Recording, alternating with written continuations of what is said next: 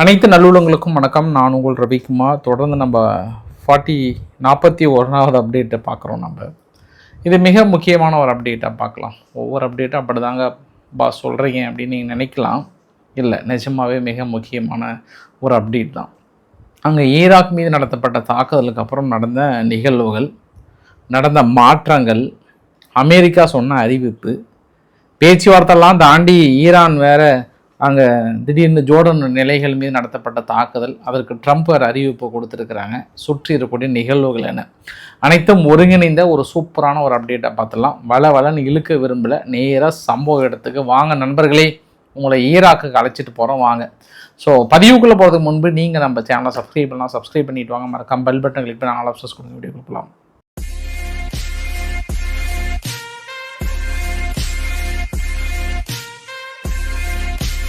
So இன்று காலையில் அப்ராக்சிமேட்டாக ஈராக் மீது நடத்தப்பட்ட தாக்குதலுக்கான வரைபடம் ஒன்ஸ் நீங்கள் அப்படியே பார்த்துக்கோங்க, கொஞ்சம் மண்டையில் ஏற்றிக்கோங்க. 1, 2, 3, 4, 5 என்று 5 பகுதிகளாக பிரித்து தாக்கல் நடத்தியிருந்தாங்க. இந்த 5 பகுதிகளில் PMF பாப்புலர் மொபிலைசேஷன் ஃபோர்ஸ் அப்படின்னு சொல்லுவாங்க. ஈரானுடைய நேரடி ஆதரவு பெற்ற குழுக்கள். இந்த குழுக்களுடைய மொத்த தலைவர் யார் அப்படின்னா அங்கே ஈரான் தான், IRGCயோட கட்டுப்பாடில் தான் இவங்க இருக்கிறாங்க. அதனால் இந்த நினிவா அப்படின்ற பகுதி, சிரியாவுக்கு மேலே 3ன்னு இருக்குது பாருங்கள், இந்த இடத்துல தான் அவங்களோட major of the headquarters இருக்குது. அங்கே தான் பெரிய அளவுக்கு இழப்புகள் இருந்ததாக சொல்கிறாங்க. அடுத்தடுத்து உங்களுக்கு காட்டப்படுகிற பதிவுகள் எல்லாமே தாக்குதல் நடந்ததுக்கப்புறம் ஏற்பட்ட பாதிப்புகள், அங்கிருந்த ஒரு சில கேம்ப்பு மாதிரிலாம் இருந்திருக்கு, அதெல்லாம் பற்றி எரிந்திருக்கிறது. ஸோ இந்த துல்லிய தாக்குதலில் கிட்டத்தட்ட 20 ஃபைட்டர்ஸ் இறந்து போனதாக PMF அனௌன்ஸ் பண்ணிட்டாங்க. இது ரொம்ப முக்கியம், இந்த பாயிண்ட்டை நோட் பண்ணிக்கோங்க. முடிஞ்சால் ஸ்கெட்சு பென்சில் ஏதாவது இருந்ததுன்னா அண்டர்லைன் பண்ணிக்கோங்க. PMF என்ன சொல்கிறாங்க, 20 ஃபைட்டர்ஸ் இறந்து போயிட்டாங்க, 35க்கும் மேற்பட்ட நபர்கள் ஹூண்டடு, 30லேருந்து ஒரு 35க்குள்ளே சொல்கிறாங்க, பெரிய அளவுக்கு காயம் அடைந்துட்டாங்கன்றாங்க. அதுக்கப்புறம் அவங்களெல்லாம் மருத்துவமனை கொண்டு போகிறாங்க. மருத்துவமனை ஃபுல்லாக க்ரௌடு பயங்கரமாக வந்துடுச்சு. 4 பகுதியிலும் வெவ்வேறு இடத்துல க்ரௌடு இருந்தது. ஸோ இதெல்லாம் சேர்த்தி பார்க்கும்போது கடைசியில் அப்புறம் இறுதி ஊர்வலம் இன்றே நடத்திட்டாங்க. அவங்க எடுத்து ஹோல்டெலாம் பண்ணல, இன்றைக்கி இறுதி ஊர்வலம் நடத்திட்டாங்க. அதில் 20 பேர்த்தோட இறப்புகள் கிட்டத்தட்ட பண்ணுறாங்க. பட் ஆனால் ஒரு 4 பாக்ஸ் மட்டும் தனியாக போட்டு வச்சுருந்தாங்க. அது வீடியோ பெருசாக சர்க்குலேட் ஆச்சு. அது நாளைக்கு சொல்கிறேன் நான். ஆனால் நியூஸ் சேனல்லாம் என்ன பெருசாக ஃபோக்கஸ் பண்ணிட்டாங்க அப்படின்னாங்கன்னா, IRGCயினுடைய முக்கிய நபர்கள் டிஸ்கஸ் பண்ண வந்திருக்காங்க நேற்று. யார்? இந்த PMF கிட்ட, பாப்புலர் மொபிலைசேஷன் ஃபோர்ஸ் இருக்குல்ல. ஏன்னா 2 பேரும் ஒன்று தானே, சம்பளம் ஈரான் தானே கொடுக்குறாங்க. அதனால் இவங்க ஃபுல்லாக அங்கே வந்திருக்காங்க. அப்போ அந்த நைட் அவங்க தங்கியிருக்கும்போது நடத்திய தாக்குதல் அப்படின்றாங்க. அப்போ இந்த தாக்குதலில் IRGCயினுடைய 4 நபர்களும் இருந்திருக்கிறாங்க அப்படின்ற மாதிரி தான் சொல்கிறாங்க. ஈரான் மறுத்தா கூட இந்த தாக்குதலுக்கு உடனடியாக பதில் நடவடிக்கையாக ஜோர்டன் மீது தாக்கல் நிகழ்த்துறாங்க. அது ரொம்ப முக்கியம். திடீர்னு ஏன் ஈரானுக்கு இவ்வளோ கோபம் சல்லுன்னு வந்துருச்சு? தாக்கல் நடத்தினா அடுத்த ஒரு 10 நிமிஷம் கூட இல்லை, அப்படியே ஜோர்டன் மீது தாக்கல் நடத்துகிறாங்க.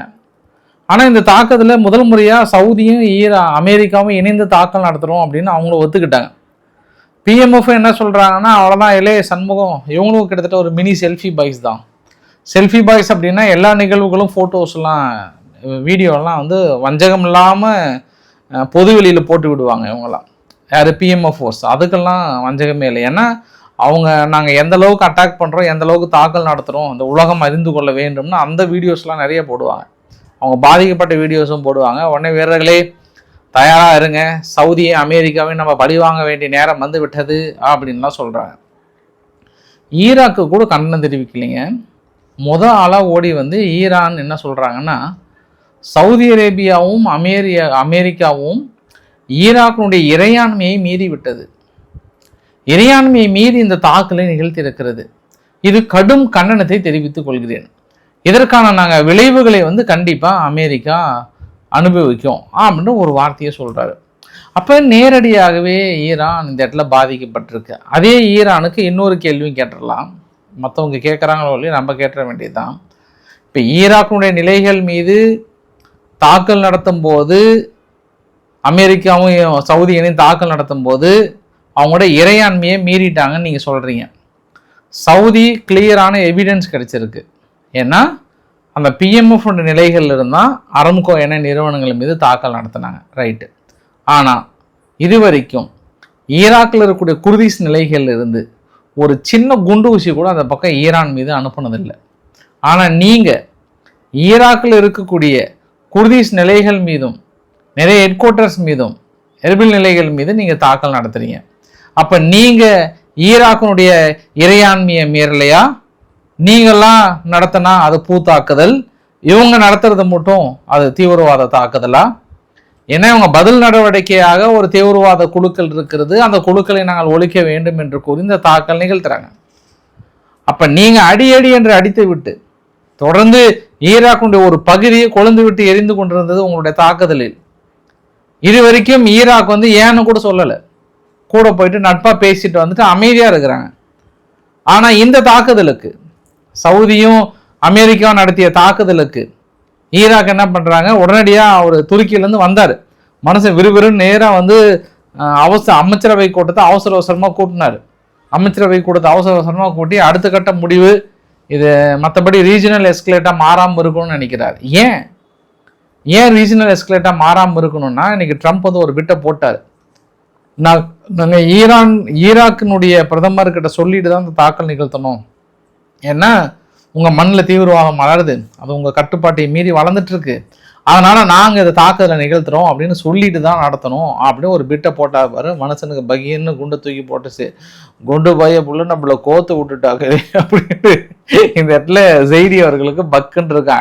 அடிச்சுன்னு நானும் தெரியாத மாதிரி ஏதோ நடிச்சுக்கிட்டு சரி அடுத்து கண்ணத்தை தெரிவிச்சுட்டு போகலான்னு பார்த்தா கடைசியில் ஓடி இந்த தாக்குதல் முன்கூட்டியே ஈராக்குக்கு தெரியும், நாங்கள் சொல்லிட்டு தான் அடித்தோம் அப்படின்னு நீங்கள் பாரு. அங்கே தாங்க பாயிண்ட்டை பிடிச்சிட்டிங்க நீங்கள். இப்போ இன்னும் ஸ்லோ மோஷனில் திரும்பி பார்ப்பாங்க, ஈராக் இந்த தாக்குதலில் உனக்கும் சம்மந்தம் இருக்கா அப்படின்னா இனி என்ன ஆகும்? ட்ரம்ப்போட ஒரு வார்த்தை என்ன ஆகுன்னா, அங்கே தான் 26 குழுக்கள் மேல் இருக்குது, ஒவ்வொரு ப்ரோவின்ஸ்லேயும் இந்த குழுக்கள் இருக்குது. இந்த ப்ரோவின்ஸுடைய ஒரு தலைமை குழு தான் அந்த சிரியா பக்கத்தில் இருக்கக்கூடிய நினிவான்னு சொல்லிட்டு. இப்போ இவங்க எல்லாம் ஒன்று சேர்ந்தால் அரசாங்கத்துக்கு எதிராக மாறிடும். அதனால் அரசாங்கம் என்ன பண்ணிட்டாங்க, இப்போ அடுத்த ஒரு 5 நாளில் ஈராக்கினுடைய ஜெய்டி அவர்கள் சவுதி அரேபியா போக வேண்டியது, மனுஷன் நின்று போயிட்டார், போகல. பிளானை கேன்சல் பண்ணுங்கள், பிரச்சனைங்க ரொம்ப பெருசாக இருக்குது. அவரோட பிளானே என்ன அப்படின்னா, ஃபஸ்ட்டு ஈரான் நேராக துருக்கி போகிறாரு. துருக்கி போயிட்டு அரபு நாடுகள் ஃபுல்லாக ஒரு விசிட் பண்ணலாம்னு நினச்சாரு. திடீர்னு இந்த தாக்குதல் இப்படி வந்ததுனால மனுஷன் அப்படியே கொஞ்சம் ஆஃப் ஆகிட்டாரு. கடைசியில் ஈரானுடைய ஃபாரின் மினிஸ்டர் என்ன சொல்கிறாருன்னா, இன்டர்நேஷ்னல் லாவை மீறி இந்த தாக்கல் நிகழ்த்திருக்கீங்க, இவங்கெல்லாம் இன்டர்நேஷ்னல் லாவை மீறவே கிடையாது. ஈராக்குடைய நிலைகளை அடின்னு என்று அடிக்கும் போதெல்லாம் ஈரான் மீறவே இல்லை. இப்போ சவுதியும் அமெரிக்காவும் இப்போ இன்டர்நேஷ்னல் லாவை மீறிட்டாங்க. நிச்சயம் இது ரீஜனல் கான்ஃப்ளிக்டாக மாறும். இந்த கான்ஃப்ளிக்ட்டுக்கு பொறுப்பேற்றுக்கணும். சவுதி இந்த யுத்தத்தில் நுழைந்ததற்கு இனி நீங்கள் விளைவுகளை அனுபவிப்பீங்கன்றாங்க. பட் அங்கே இருக்கக்கூடிய ஷியா கிளரிக், அதாவது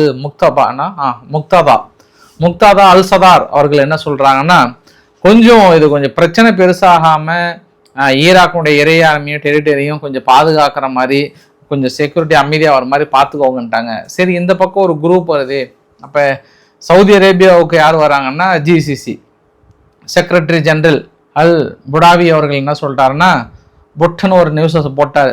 இனி முழு சப்போர்ட்டு, பயங்கரமான ஃபுல் சப்போர்ட்டு ப்ரோ ஈரானுடைய குரூப்ஸ் மீது நீங்கள் தாக்கல் நடத்தியது, ஈரான் ஆதரவாளர்கள், ஈரான் ஆதரவு பெற்ற அந்த குழுக்கள் மீது தாக்கல் நடத்தியது கனக்கச்சிதமான சரியான முடிவு. சவுதி எடுக்கும் ஒவ்வொரு முடிவுக்கும் நாங்கள் ஜிசிசியினுடைய மொத்த கவுன்சில் நாங்கள் துணை நிற்கிறோம். தாக்குதல் நடத்துங்கள் சவுதி, நாங்கள் உங்களுக்கு பின்னாடி இருந்து பூஸ்ட் கொடுக்குறோம், கவலைப்படாதீங்க, முடிச்சுட்டு வாங்க அப்படின்ற மாதிரி சொல்கிறாங்க. சரி, 4 வீரர்கள் ஐஆர்ஜிசி தரப்பில் இருந்து முக்கிய நபர்கள் இறந்தார்களா என்றால் ஈரான் மறுத்து இருக்கிறது. பார்க்கலாம், 2-3 நாளில் தெரிஞ்சிருதா இல்லை கொஞ்ச நாள் கழிச்சு தெரியாதான்னு தெரியல. ஏன்னா ஈரான் மறுத்துட்டாங்கன்னா அவ்வளோ சீக்கிரம் அவங்க அந்த உடல்கள் வாங்குறதுல ரொம்ப டிலே பண்ணுவாங்க. ஏன்னா அவங்களோட ஃபைட்டர் ஜெட்டுடைய விமானியே பிப்ரவரி மாதம் பக்கத்தில் இறந்து போனது, கத்தார் பக்கத்தில். கடைசி வரைக்குமே இவங்க இல்லைன்னு சாதிச்சிட்டாங்க. அப்புறம் கத்தார் என்ன பண்ணுறாங்க, டிஎன்ஏ சோதனையில் இங்கே பாருப்பா அவர் தாங்க சொல்கிறாங்க அப்படின்னதுக்கப்புறம் தான் சரி கூட அனுப்பிவிடுங்க அப்படின்ற மாதிரி ஈரான் சொல்கிறாங்க. அதனால் அவங்களுக்கு என்ன ஒவ்வொரு உயிருமே அவங்களுக்கு சமன்ட்டாங்க. எங்களுக்கு கொள்கை கோட்பாடு தான் முக்கியன்ட்டாங்க. அதனால் அவங்க இல்லைன்னு சொல்லிட்டாங்க. அது இனி வருகின்ற நிகழ்வுகளை பார்த்துடலாம். ஆனால் இந்த வீடியோ பதிவு என்ன அப்படின்னா, ஈரான் உடனடியாக அந்த ஜோர்டானுடைய நிலைகள் மீது தாக்கல் நடத்தினாங்க. பட் அமெரிக்கா கிளைம் பண்ணிட்டாங்க 5மே சுட்டு வீழ்த்திட்டுன்ட்டு. ஆனால் ஒரு புகை மண்டலம் மாதிரி வந்தது. மறுபடியும் மதிய சமயத்திலோட ஒரு 2 ட்ரோன் பக்கம் அனுப்புனாங்க. சரி, ஏற்கனவே 2 நாளைக்கு முன்பே கொஞ்சம் போர் அடிக்குது, கையெல்லாம் அரிக்குதுன்னு சொல்லிட்டு 2 ட்ரோன் அனுப்பும் போதே அமெரிக்கா வந்து கொஞ்சம் இதுக்கு சரியில்லையே, நாங்கள் தாக்கல் நடத்தலாம் பேச்சுவார்த்தைக்கு போகிற மாதிரி இருக்குது, ஆனால் இது கொஞ்சம் சரியில்லையே 2 ட்ரோன் அனுப்பும்போதே நினச்சாங்க. பட் இன்றைய தாக்குதல் உடனே ஃபாக்ஸ் நியூஸ் வந்து ட்ரம்ப்புக்கு ஃபோன் பண்ணிட்டாங்க. தலைவரே, என்ன தலைவரே நீங்கள் அமைதி பேச்சுவார்த்தை அவ்வளோதான், மறைமுகமாக பேசுகிறாங்கலாம் சொல்கிறீங்க, உங்கள் நிலைகள் பாருங்கள், ஒன்று கிட்டத்தட்ட நேரடியாக விழுந்த மாதிரி தான் தெரியுது, நீங்கள் எல்லாத்தையும் சுட்டுட்டீங்க அப்படின்னா. அப்போ சொல்கிறாரு, இந்த ஈரானுடைய பேக்டு மிலிட்டன்ஸ் இருக்காங்கல்ல, அவங்க எல்லாமே வந்து கேன்சர் ஆஃப் த வேர்ல்டு, இந்த வேர்ல்டுக்கு பிடிச்ச மிகப்பெரிய ஒரு கேன்சர். அந்த கேன்சருக்கான மருந்து எங்களுடைய ஆயுதங்கள். இந்த ஆயுதங்கள் மூலயமா தான் ஈராக்கினுடைய இந்த மிலிட்டன்ஸ் எல்லாம் நாங்கள் ஒழிக்கணும். அதனால் ஈராக் கவர்மெண்ட் நிச்சயம் எங்களோட துணை இருக்கும்ன்றதில் எந்த மாற்று கருத்துமே இல்லை. அந்த கேன்சரை அழிக்க வேண்டிய ஒரு சந்தர்ப்பம். அதே சந்தர்ப்பத்தில் இந்த அமைதியான சூழ்நிலையில் ஜோர்டன் மீது தாக்கல் நடத்திருக்கிறார்கள் என்றால் யூ டேஸ் கிரேசி அப்படின்னு சொல்லியிருக்கிறோம். அப்போனா அந்த இடத்துல கெட்ட வார்த்தை பேசுனுங்கிறாருன்னு அர்த்தம். அவரே கெட்ட வார்த்தை பேசுகிறாருன்னா பாருங்கள். யூ டேஸ் கிரேசி, உங்களை இதுக்கப்புறம் யூ டேமின், உங்களை நான் அடிக்காமல் விட மாட்டேன், இன்னைக்கப்புறம் நான் உங்களை பொழக்க போகிறேன், நான் கண்டிப்பாக இனி நீங்கள் வெரி ஹார்ட் அப்படின்றாங்க. மேபி இன்று இரவே தாக்கல் நடத்துகிற மாதிரி தான் ஒரு பேச்சு இருந்தது. பட் இருந்தாலும் அங்கே நெதன்யாகு அவர்களும் அங்கே பீட்டர் எக்ஸத்தோடைய மீட் வந்து அதுக்கப்புறம் வீடியோ பதிவு கூட வெளியிட்டிருந்தாங்க. தனிப்பட்ட முறையில் மிகப்பெரிய ஒரு சந்திப்பாக அமைந்தது. அதில் என்ன முடிவுகள் எடுத்தாங்கன்னு தெரியல. ஏற்கனவே ஃபார்முலான ஒரு மீட்டிங் நடந்தது, அப்புறம் இண்டிவிஜுவலாக இருந்தது. அதுக்கு மொத்தம் மாறி ஒரு 3 தடவை கிட்டத்தட்ட இன்றைக்கி சந்திச்சிருக்கிறாங்க. பீட்டர் எக்ஸத் என்ன மாதிரி உத்தரவு கொடுத்தாரு, இங்கே என்ன மாதிரி என்ன அக்ரிமெண்ட் போட்டாங்கன்னு தெரியல. மறு வைத்த நபர்கள் நாளைக்கு தான் கன்ஃபார்ம் பண்ணுறாங்க. அதற்குள்ளே இங்கே ட்ரம்ப் வந்து என்ன சொல்லிட்டாருன்னா, நிச்சயம் இனி நாங்கள் பேச்சுவார்த்தை ஒரு புறம் தள்ளி வைத்து விட்டு இனி நாங்கள் தாக்குதலை தொடங்கலாம் என்ற முடிவுக்கு வந்து விட்டோம். இனி அடுத்த கட்ட தாக்குதலை, அதாவது சீசன் 4 தாக்குதலை நாங்கள் நடத்த போகிறோம் அப்படின்னு சொல்லிட்டாங்க. அடிஷ்னலாக என்ன பண்ணுறாங்கன்னா, ஒரு 10 டேங்கர்ஸ், யார் ஈரானுடைய டேங்கர் மீது பொருளாதார தடை வச்சுருக்காங்க கம்ப்ளீட்டாக. இன்னும் அடுத்தடுத்த பொருளாதார தடைகளை வந்து நாங்கள் பெரிய அளவுக்கு விதிக்க போகிறோம் அப்படின்னு சொல்லியிருக்காங்க.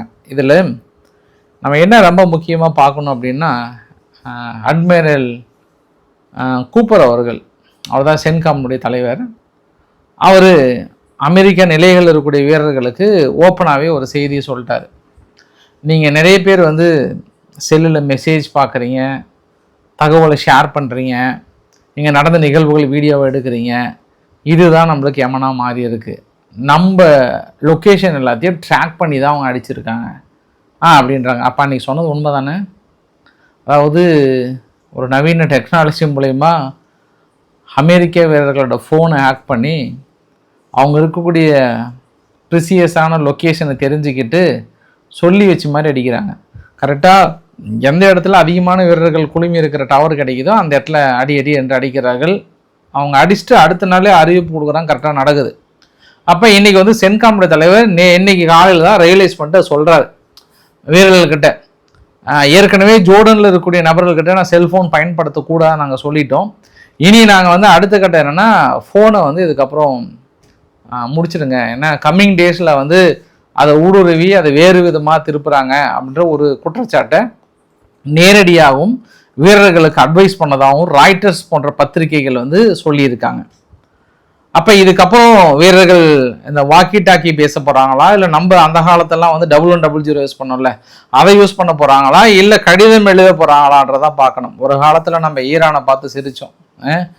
ஈரானுடைய செல்ஃபோன் டவரை வைத்து தான் இஸ்ரேல் அடி என்று அடிக்கிறது. அவங்க நிறைய ஈரானுடைய ஐஆர்ஜிசினுடைய தலைவர்கள் நிறைய பேர் இருந்ததற்கான மிக முக்கிய காரணமே அந்த செல்ஃபோன் தான்.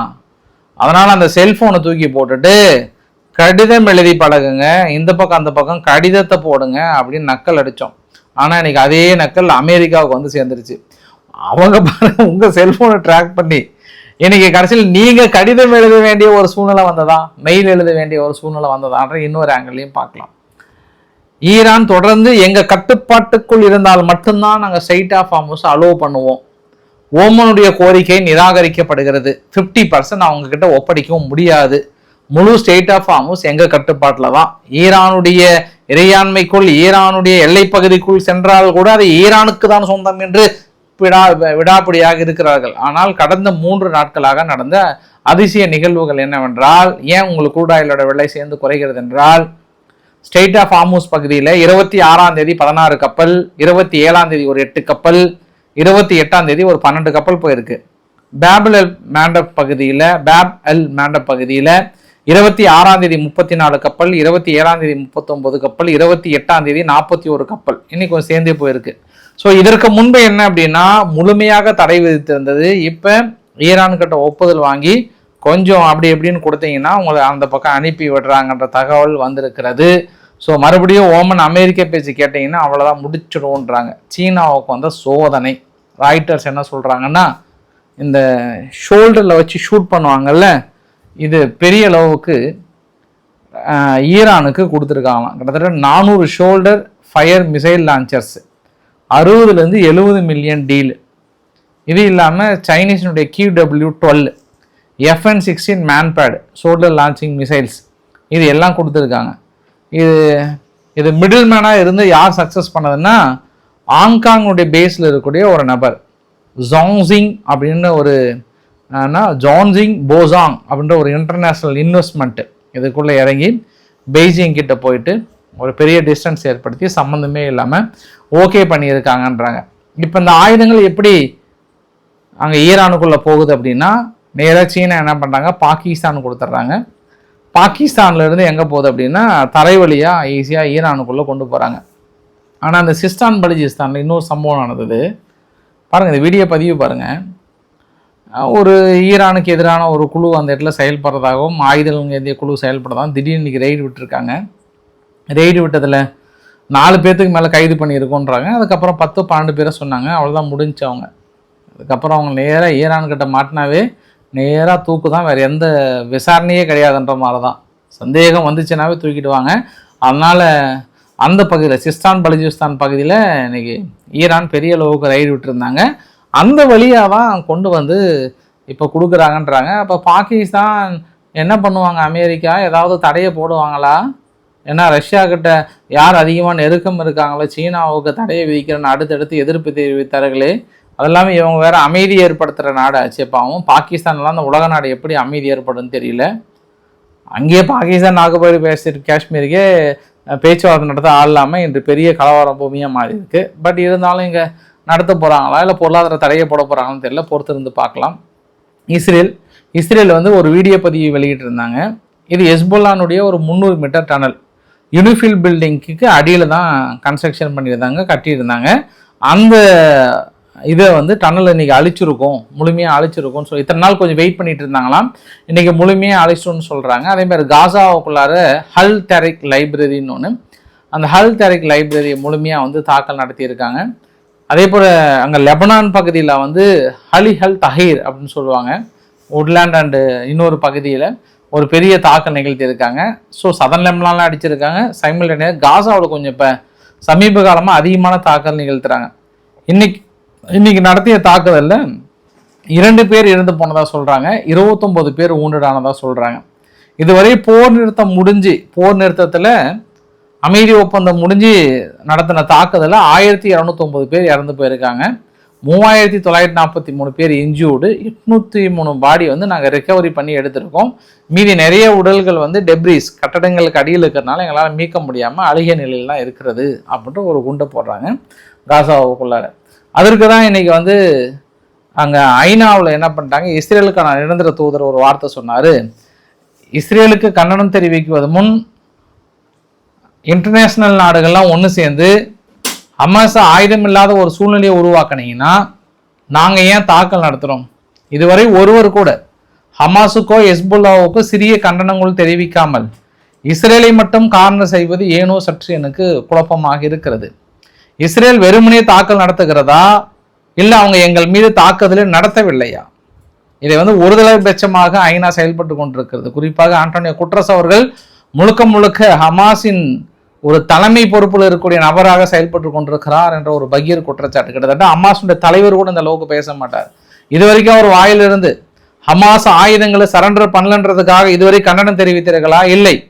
ஹிஸ்புல்லா எங்கள் மீது தாக்குதலை நிகழ்த்தி கொண்டிருக்கிறார்களே, நாங்கள் ஈரான் மீது தாக்கல் நடத்தும் போது ஈரானுக்கு ஆதரவாக ஹிஸ்புல்லா வந்தார்களே, அப்பொழுது ஏன் எந்த கண்டனத்தையும் தெரிவிக்கவில்லை? அப்ப இன்டர்நேஷனல் லா இஸ்ரேல் மீறுகிறதா இல்லை மற்றவர்கள் மீறுகிறார்களா என கூறுங்கள் அப்படின்னு கேள்வி மேலே கேள்வி கேட்குறாங்க.